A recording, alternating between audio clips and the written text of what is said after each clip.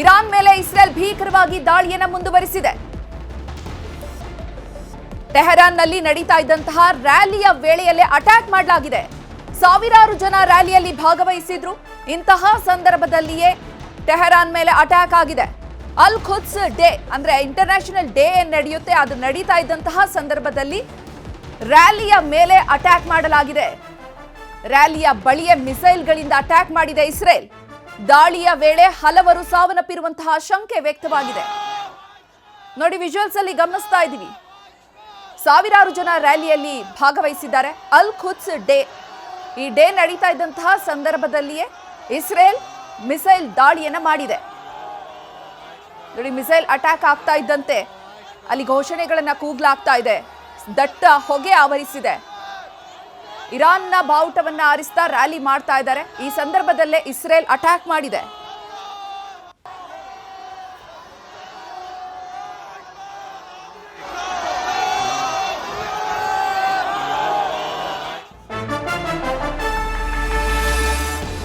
Iran ಶರಣಾಗತಿಯ ಚರ್ಚೆಯ ಮಧ್ಯೆಯೂ ಕೂಡ ದಾಳಿ ನಡೆದಿದೆ.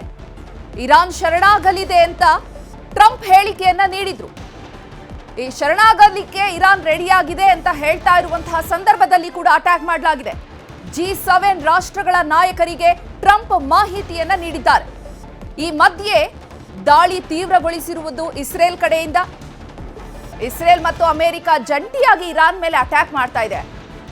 ಇರಾನ್ ಶರಣಾಗ್ಲಿಕ್ಕೆ ಮುಂದೆ ಬರ್ತಾ ಇದೆ ಅನ್ನುವಂತಹ ಮಾತುಕತೆ ನಡೀತಾ ಇರುವಂತಹ ಸಂದರ್ಭದಲ್ಲಿ ಕೂಡ ದಾಳಿ ಮಾಡಲಾಗಿದೆ.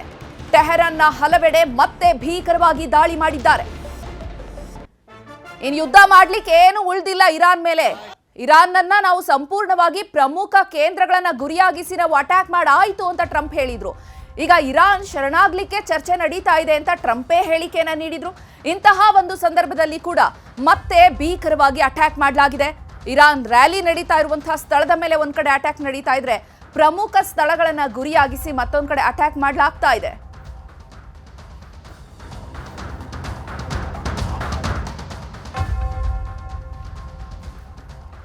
ಇನ್ನು ಈ ಬಗ್ಗೆ ಹೆಚ್ಚಿನ ಮಾಹಿತಿಯನ್ನು ನೀಡ್ತಾರೆ ನಮ್ಮ ನ್ಯೂಸ್ ಎಡಿಟರ್ ಆಗಿರುವಂತಹ ರಾಘವೇಂದ್ರ ಗುಡಿ. ಡೆಸ್ಕ್ ನಲ್ಲಿ ಲೈವ್ ಅಲ್ಲಿ ಜಾಯಿನ್ ಆಗ್ತಿದ್ದಾರೆ.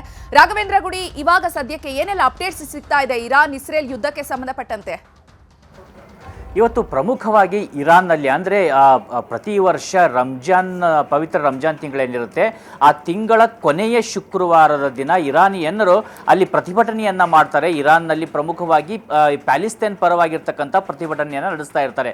ಅದೇ ರೀತಿಯಾಗಿ ಈ ಬಾರಿ ಕೂಡ ಪ್ರತಿಭಟನೆಯನ್ನು ನಡೆಸೋದಕ್ಕೆ ಅಲ್ಲಿಗೆ ಬಂದಿದ್ದರು ಚೈತ್ರ. ಆ ಸಂದರ್ಭದಲ್ಲಿ ಒಂದು ವಾರ್ನಿಂಗ್ ರೀತಿಯಲ್ಲಿ ಇರಾನ್ ಮೇಲೆ ಇಸ್ರೇಲ್ ದಾಳಿಯನ್ನು ಮಾಡಿದೆ ಅನ್ನುವಂಥ ಮಾಹಿತಿಗಳು ಬರ್ತಾ ಇದ್ದಾವೆ. ಪ್ರಾರಂಭಿಕವಾಗಿ ಅಲ್ಲಿನ ಕೆಲವೊಂದಿಷ್ಟು ಮಾಧ್ಯಮಗಳು ವರದಿ ಮಾಡಿರೋ ಪ್ರಕಾರ ನಾವು ಅದನ್ನು ಒಂದು ಗಮನಿಸೋದಾದ್ರೆ, ಮೊದಲಿಗೆ ಅಲ್ಲಿ ಒಂದು ಸ್ಫೋಟ ಆಗುತ್ತೆ. ಆ ಸ್ಫೋಟದ ಕಾರಣ ಏನು ಅಂತೇಳಿ ತಿಳಿಯುವ ಅಷ್ಟೊತ್ತಿಗೆ ಸ್ಪಷ್ಟವಾದಂಥ ಮಾಹಿತಿ ಲಭ್ಯವಾಗುವಂಥದ್ದು ಇಸ್ರೇಲ್ ದಾಳಿ ಮಾಡುತ್ತೆ. ಯಾಕಂದರೆ ಇಸ್ರೇಲ್ ಅಲ್ಲಿ ಏರ್ ಸ್ಟ್ರೈಕ್ ಅನ್ನು ಮಾಡುವಂಥದ್ದು ಇರುತ್ತೆ.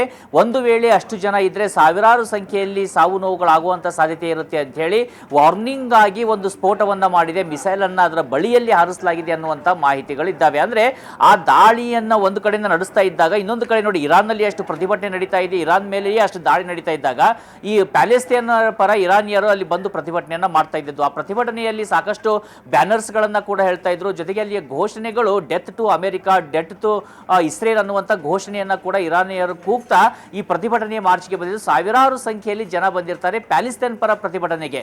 ಇರಾನ್ ಮೇಲೇನೇ ಅಷ್ಟು ದಾಳಿ ನಡೀತಾ ಇದ್ರು ಕೂಡ ಪ್ಯಾಲೆಸ್ತೈನ್ ಪರವಾಗಿರುವಂಥ ಪ್ರತಿಭಟನೆಗೆ ಬಂದಿರ್ತಾರೆ. ಹಾಗಾಗಿ ಒಂದು ಚೂರು ಹೆಚ್ಚು ಕಡಿಮೆ ಆಗಿದ್ರು, ಒಂದು ವೇಳೆ ಈ ಮಿಸೈಲ್ಸ್ಗಳೇನಾದರೂ ಖಾಲಿ ಜಾಗದಲ್ಲಿ ಬೀಳದೆ ಅಲ್ಲಿಯ ಜನರ ಮೇಲೆ ಬಿದ್ದಿದ್ರೆ ಕನಿಷ್ಠ ಪಕ್ಷ 1000 ಸಂಖ್ಯೆಯಲ್ಲಾದರೂ ಜನ ಸಾಯ್ತಾ ಇದ್ರು ಅನ್ನುವಂಥ ಮಾಹಿತಿಗಳು ಲಭ್ಯವಾಗ್ತಾ ಇದ್ದಾವೆ. ಈ ರೀತಿಯಾದಂತಹ ಒಂದು ಕಡೆ ಡೆವಲಪ್ಮೆಂಟ್ ನಡೀತಾ ಇದ್ರೆ, ಮತ್ತೊಂದು ಪ್ರಮುಖವಾಗಿರ್ತಕ್ಕಂಥ ಡೆವಲಪ್ಮೆಂಟ್ ಅಂದ್ರೆ ಒಂದು ಕಡೆ ಈ ಅಮೆರಿಕದ ಅಧ್ಯಕ್ಷರಾಗಿರ್ತಕ್ಕಂಥ ಡೊನಾಲ್ಡ್ ಟ್ರಂಪ್ ಈಗ ಸಾಕಷ್ಟು ದೇಶಗಳಿಗೆ ಮಾಹಿತಿಯನ್ನು ಕೊಡ್ತಾ ಇದ್ದಾರೆ. ಅಲ್ಲಿದ್ದಂಥ ಪ್ರಮುಖವಾದಂಥ ಮಿಲಿಟರಿ ಟಾರ್ಗೆಟ್ಗಳನ್ನು ನಾವು ಹೊಡೆದು ಹಾಕಿದ್ದೀವಿ, ಯಾವುದೇ ರೀತಿಯಾಗಿರ್ತಕ್ಕಂಥ ಮಿಲಿಟರಿ ಟಾರ್ಗೆಟ್ಗಳಿಲ್ಲ. ಅದಷ್ಟೇ ಅಲ್ಲ, ಜೂನಿಯರ್ ಖಮೇನಿ ಏನಿದ್ದಾರೆ, ಈಗ ಸರ್ವೋಚ್ಚ ಆಯ್ಕೆ ಆಗಿರ್ತಕ್ಕಂಥ ಜೂನಿಯರ್ ಖಮೇನಿಯನ್ನ ಮೇಲೆ ಕೂಡ ನಾವು ದಾಳಿಯನ್ನು ಮಾಡಿದ್ದೀವಿ.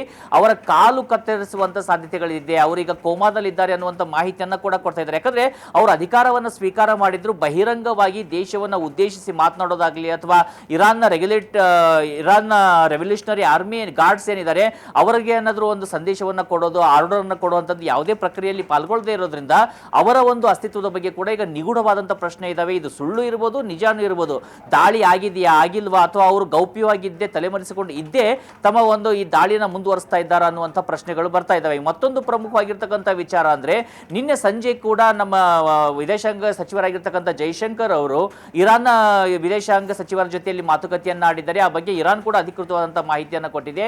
ಇಲ್ಲಿ ಹೇಗೆ ನಮ್ಮ ಮೇಲೆ ದಬ್ಬಾಳಿಕೆಯನ್ನ ಮಾಡ್ತಾ ಇದ್ದಾರೆ, ನಮ್ಮ ಮೇಲೆ ಟಾರ್ಗೆಟ್ ಅನ್ನು ಮಾಡಿ ದಾಳಿನ ನಡೆಸ್ತಾ ಇದ್ದಾರೆ ಅನ್ನುವಂಥದ್ದನ್ನ ಕೂಡ ಈಗ ಇರಾನ್ ಭಾರತಕ್ಕೆ ಹೇಳಿದೆ ಅನ್ನುವಂಥ ವಿಚಾರಗಳು ಬರ್ತಾ ಇದ್ದಾವೆ. ಒಟ್ಟಾರೆ ಇವೆಲ್ಲದರ ಮಧ್ಯದಲ್ಲಿ ಇಡೀ ವಿಶ್ವಾದ್ಯಂತ ಶಾಂತಿ ಸಂಪೂರ್ಣವಾಗಿ ಕದಡೋದ್ರ ಜೊತೆಗೆ ಈ ಮಧ್ಯಪ್ರಾಚ್ಯ ಏನಿದೆ, ಮಧ್ಯಪ್ರಾಚ್ಯವೇ ಅತಿ ದೊಡ್ಡದಾದಂಥ ಚಾಲೆಂಜ್ ಆಗಿ ಪರಿಗಣಿಸ್ತಾ ಇದೆ. ಯಾಕಂದ್ರೆ ಮಧ್ಯಪ್ರಾಚ್ಯದಲ್ಲಿ 80 ಲಕ್ಷಕ್ಕೂ ಅಧಿಕ ಜನ ಭಾರತೀಯರು ಮಾತ್ರ ಅಲ್ಲ, ವಿಶ್ವದ ಬಹುತೇಕವಾದಂತಹ ಅತಿ ದೊಡ್ಡ ಕಂಪನಿಗಳಿದ್ದಾವೆ, ಕೋಟ್ಯಾಂತರ ಬಿಲಿಯನ್ ಅಷ್ಟು ಇನ್ವೆಸ್ಟ್ಮೆಂಟ್ಸ್ಗಳಿದ್ದಾವೆ. ಇಂಥ ಎಲ್ಲದರ ಮಧ್ಯದಲ್ಲೂ ಕೂಡ ದಾಳಿ ಮುಂದುವರಿತಾನೆ ಇದ್ರೆ ಭಾರತ ಮಾತ್ರ ಅಲ್ಲ, ಇಡೀ ವಿಶ್ವದ ಒಂದು ಆರ್ಥಿಕತೆ ಮೇಲೆ ದೊಡ್ಡ ಪರಿಣಾಮ ಬೀರುತ್ತೆ. ಜೊತೆಗೆ ಪೆಟ್ರೋಲ್, ಡೀಸೆಲ್, LPG, CNG ಇವುಗಳ ಪೂರೈಕೆಯಲ್ಲೂ ಕೂಡ ವ್ಯತ್ಯಯವಾಗುವಂತ ಎಲ್ಲ ಸಾಧ್ಯತೆಗಳು ಕಂಡು ಬರ್ತಾ ಇದ್ದಾವೆ. ಯಾಕಂದ್ರೆ ಇವತ್ತಿನ ಲಕ್ಷಣವನ್ನ ನೋಡ್ತಾ ಇದ್ರೆ ಯುದ್ಧ ಸದ್ಯಕ್ಕೆ ನಿಲ್ಲುವಂತಹದ್ದಂತೂ ಕಂಡು ಬರ್ತಾ ಇಲ್ಲ. ಆದ್ರೆ ಯುದ್ಧ ನಿಲ್ಲೋದಾದ್ರೆ ಹೇಗೆ ನಿಲ್ಲುತ್ತೆ, ಯಾವಾಗ ನಿಲ್ಲಿಸಲಾಗುತ್ತೆ ಅನ್ನುವಂಥ ಪ್ರಶ್ನೆಗಳು ಸಹಜವಾಗಿದ್ದಾವೆ. ಚೈತ್ರ, ಒಟ್ಟಾರೆ ಪರಿಸ್ಥಿತಿ ಮತ್ತಷ್ಟು ಬಿಗಡಾಯಿಸುವಂತ ಎಲ್ಲ ಲಕ್ಷಣಗಳಂತೂ ಕಾಣಿಸ್ತಾ ಇದ್ದಾವೆ. ರಾಘವೇಂದ್ರ ಗುಡಿ, ನೀವು ಹೇಳ್ತಾ ಇದ್ರಿ ಅಂದ್ರೆ ಈಗ ಇಸ್ರೇಲ್ ಮತ್ತೆ ಅಮೆರಿಕ ಜಂಟಿಯಾಗಿ ನಿರಂತರವಾಗಿ ದಾಳಿಯನ್ನ ಮಾಡ್ತಾನೆ ಇದೆ. ಒಂದ್ ರೀತಿ ರ್ಯಾಲಿ ನಡೀತಾ ಇರುವಂತಹ ಸಂದರ್ಭದಲ್ಲಿ ಕೂಡ ಎಚ್ಚರಿಕೆಯನ್ನ ನೀಡುವಂತ ರೀತಿಯಲ್ಲಿ ದಾಳಿ ಮಾಡ್ತಿದ್ದಾರೆ. ಆದ್ರೆ ಇರಾನ್ ರೆವಲ್ಯೂಷನರಿ ಗಾರ್ಡ್ ಏನಿದೆ, ಆ ಗಾರ್ಡ್ ಕಾರ್ಪ್ ಸುಮ್ಮನೆ ಇರೋದು, ಸೈಲೆಂಟ್ ಆಗಿದೆ ಅನ್ನುವಂತಹ ವಿಚಾರವನ್ನ ಪ್ರಸ್ತಾಪಿಸಿದೆ. ಇದೆಲ್ಲೋ ಒಂದ್ ಕಡೆ ಇರಾನ್ ಶರಣಾಗ್ಲಿಕ್ಕೆ ಸಂಪೂರ್ಣವಾಗಿ ಸಿದ್ಧವಾಗಿದೆ ಅನ್ನುವಂತಹ ಸೂಚನೆಯನ್ನ ಹೇಗೆ? ಖಂಡಿತವಾಗಿ ಇಲ್ಲ ಚೈತ್ರ. ಯಾಕಂದ್ರೆ ಈಗ ಇರಾನ್ನ ರೆವಲ್ಯೂಷನರಿ ಗಾರ್ಡ್ಸ್ನಲ್ಲಿ ಸಾಕಷ್ಟು ಈಗ ಅಲ್ಲಿ ಡಿವೈಡ್ ಆಗಿರುವಂಥದ್ದು, ಸಾಕಷ್ಟು ಸೆಕ್ಸ್ಗಳಿದ್ದಾವೆ. ಅಂದರೆ ಒಬ್ಬರು ಕೂಡ ಒಬ್ಬರ ಮಾತನ್ನು ಕೇಳುವಂಥ ಪರಿಸ್ಥಿತಿಗಳು ಕಂಡು ಬರ್ತಾ ಇಲ್ಲ. ಒಂದು ಕಡೆಯಿಂದ ಅಲ್ಲಿಯ ಪೊಲಿಟಿಕಲ್ ಸಿಸ್ಟಮ್ ದಾಳಿಯನ್ನು ನಿಲ್ಲಿಸಬೇಕಂದ್ರೂ ಇರಾನ್ನ ರೆವಲ್ಯೂಷನರಿ ಗಾರ್ಡ್ಸ್ ಒಪ್ತಾ ಇಲ್ಲ. ಇರಾನ್ನ ರೆವಲ್ಯೂಷನರಿ ಗಾರ್ಡ್ಸ್ನ ಅಧಿಕಾರಿಗಳು ಒಪ್ಪಿದ್ರು, ಅಲ್ಲಿರ್ತಕ್ಕಂಥ ಕೆಲವೊಂದಿಷ್ಟು ಕ್ಯಾಪ್ಟನ್ಸ್ಗಳು, ಕಮಾಂಡೆಂಟ್ಸ್ಗಳು ಒಪ್ತಿಲ್ಲ. ಯಾಕಂದ್ರೆ ಏನಾಗ್ತಾ ಇದೆ ಅಂದರೆ ಖಮೇನಿ ಇಲ್ಲದೆ ಇರುವಂಥ ಈ ಸಂದರ್ಭದಲ್ಲಿ ಅವರು ಕೊಟ್ಟಂಥ ಆರ್ಡರ್ನ ನಾವು ಪಾಲಿಸ್ತೀವಿ ಅನ್ನುವಂಥ ಹಠದಲ್ಲಿ IRGನ ಕೆಲವೊಂದಿಷ್ಟು IRCಯ ಕೆಲವೊಂದಿಷ್ಟು ಅಧಿಕಾರಿಗಳು ಬಿದ್ದಿರುವಂಥದ್ದು. ಹೀಗಾಗಿ ದಾಳಿಗಳು ಮುಂದುವರಿತಾ ಇದ್ದಾವೆ. ಇನ್ಫ್ಯಾಕ್ಟ್ ಅಲ್ಲಿಯ ಕಮಾಂಡರ್ ನಿನ್ನೆ ಒಂದು ವಿಡಿಯೋವನ್ನು ರಿಲೀಸ್ ಮಾಡಿದ್ದಾರೆ. ಇದೇ ರೀತಿಯಾಗಿ ಏನಾದರೂ ನಮ್ಮ ಮೇಲೆ ದಾಳಿ ನಡೀತಾ ಇದ್ರೆ ಮಧ್ಯಪ್ರಾಚ್ಯದ ಸಂಪೂರ್ಣವಾಗಿ ಆಯಿಲ್ನ ಸೆಕ್ಟರ್ ಏನಿದೆ ಅದನ್ನು ನಾವು ನಾಶ ಮಾಡ್ತೀವಿ. ಎಲ್ಲ ಆಯಿಲ್ ರೆಫಿನರಿಗಳಿದ್ದಾವೆ, ಆಯಿಲ್ನ ಬಾವಿಗಳೇನಿದ್ದಾವೆ, ಅದರಲ್ಲೂ ಅಮೆರಿಕ ಫ್ರೆಂಡ್ಸ್ಗೆ ಸಂಬಂಧಪಟ್ಟ, ಸ್ನೇಹಿತರಿಗೆ ಸಂಬಂಧಪಟ್ಟಂಥವು ಏನೆಲ್ಲ ಇದ್ದಾವೆ ಅವೆಲ್ಲವನ್ನ ಕೂಡ ನಾವು ನಾಶ ಮಾಡ್ತೀವಿ, ಸಂಪೂರ್ಣ ಬೆಂಕಿಗೆ ಆಹುತಿ ಮಾಡ್ತೀವಿ ಅನ್ನುವಂಥ ಅತ್ಯಂತ ಕಠಿಣವಾದಂಥ ಎಚ್ಚರಿಕೆಯನ್ನ ಕೊಟ್ಟಿದ್ದಾರೆ.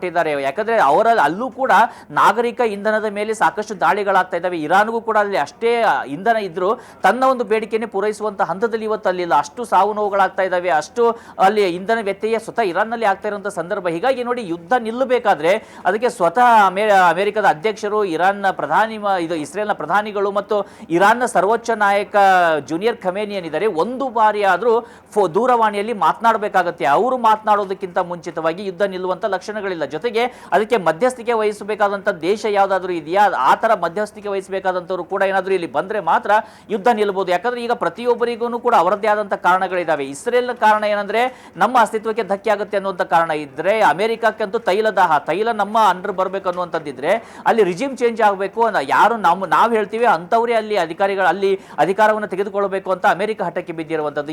ಈ ನಡುವೆ ಕಳೆದುಕೊಳ್ಳುವಂಥ ಸ್ಥಿತಿಯನ್ನೇ ಈಗ ಕಳೆದುಕೊಂಡಿದೆ ಇರಾನ್. ಅಲ್ಲಿ ಕಳೆದುಕೊಳ್ಳುವಂಥದ್ದೇನಿಲ್ಲ. ಹೀಗಾಗಿ ಹೇಗಿದ್ರು ನಾವು ನಾಶ ಆಗ್ತಾ ಇದೀವಿ, ನಮ್ಮ ಶತ್ರುಗಳನ್ನು ಎಷ್ಟು ಸಾಧ್ಯತೆಯೋ ಅಷ್ಟು ನಾವು ನಾಶ ಮಾಡಿಯೇ ನಾವು ಕೂಡ ಸಂಪೂರ್ಣ ನಾಶ ಆಗುವ ಅನ್ನುವಂಥ ಒಂದು ಮನಸ್ಥಿತಿಗೆ ಅಲ್ಲಿಯ ಇರಾನ್ನ ರೆವಲ್ಯೂಷನರಿ ಗಾರ್ಡ್ಸ್ ಬಂದಿರುವಂಥ ಸಂದರ್ಭ ಇದೆ. ಹೀಗಾಗಿ ಈ ಒಂದು ಯುದ್ಧ ನಿಲ್ಲಬೇಕಾದ್ರೆ ಇಲ್ಲಿ ದೊಡ್ಡ ದೊಡ್ಡ ಶಕ್ತಿಗಳು ನೇರವಾಗಿ ಮಾತುಕತೆಯನ್ನು ಆಡಬೇಕೇ ವಿನಃ ಬೇರೆ ಯಾವುದೇ ರೀತಿಯಾಗಿ ಕೂಡ ಯುದ್ಧ ನಿಲ್ಲುವಂಥ ಲಕ್ಷಣಗಳಿಲ್ಲ. ಯುದ್ಧ ನಿಂತರೂ ಕೂಡ ಈ ಹರ್ಮೂಸ್ ಜಲಸಂಧಿ ಏನಿದೆ ಅದು ಸುರಕ್ಷಿತವಾಗಿದೆ ಅಂತ ಹೇಳೋದಕ್ಕೆ ಸಾಧ್ಯ ಇಲ್ಲ. ಯಾಕಂದ್ರೆ ಇರಾನಲ್ಲಿ ಸಾವಿರಾರು ಟಾರ್ಪೇಡೋಗಳನ್ನು ರಿಲೀಸ್ ಮಾಡಿದೆ ಆಲ್ರೆಡಿ. ಅದು ಯಾವ ಸಂದರ್ಭದಲ್ಲಿ ಏನು ಟಾರ್ಗೆಟ್ ಅನ್ನ ಹಿಟ್ ಮಾಡುತ್ತಾ ಗೊತ್ತಿಲ್ಲ.